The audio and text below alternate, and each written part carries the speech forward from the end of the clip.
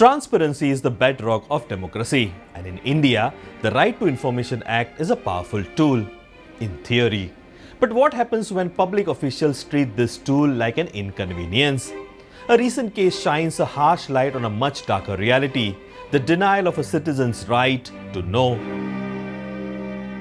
The Goa State Information Commission (GSIC) has slapped a ₹50,000 penalty on not one but two public officials of the Mapusa Municipal Council. Their crime? Defying the RTI Act and essentially telling the public, "We don't owe you answers."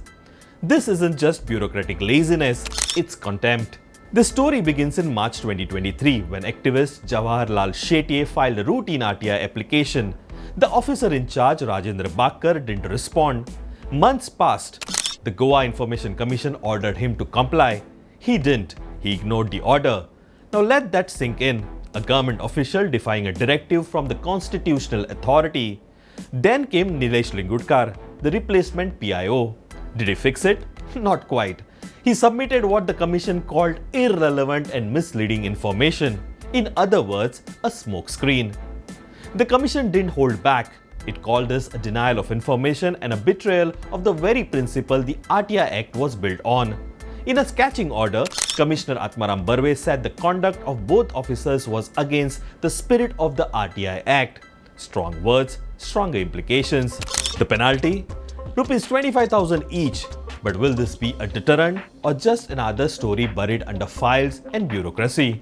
This isn't just about Goa, it's about every citizen's right to ask questions and receive answers.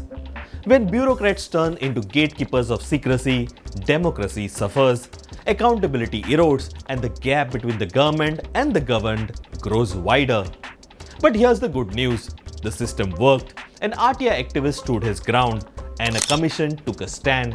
That's a start, but let's be clear, the goal isn't just punishment, it's reform. India doesn't need more files, it needs more truth.